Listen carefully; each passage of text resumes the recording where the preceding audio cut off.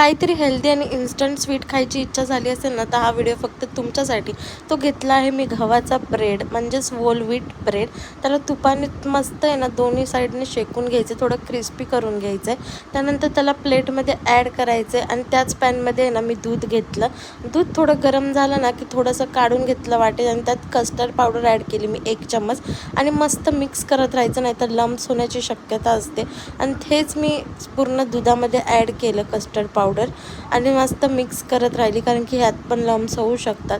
त्यानंतर ह्यात dry fruits add केले आणि त्यानंतर थोडंसं गरम झालं ना की गॅस बंद करून आपल्याला ह्यात हनी ॲड करायचं. गॅस चालू असताना जर हनी ॲड केलं ना तर मग दूध फाटू शकतं. त्यानंतर हे आपल्याला जेही तयार झालेलं मिश्रण आपल्याला ब्रेडवरती टाकून द्यायचं आहे आणि झालं आपलं हेल्दी आणि इन्स्टंट स्वीट रेडी. ह्याला तुम्ही थोडा वेळ फ्रीजमध्ये ठेवूनही खाऊ शकता. भेटूया नेक्स्ट व्हिडिओमध्ये. Bye bye.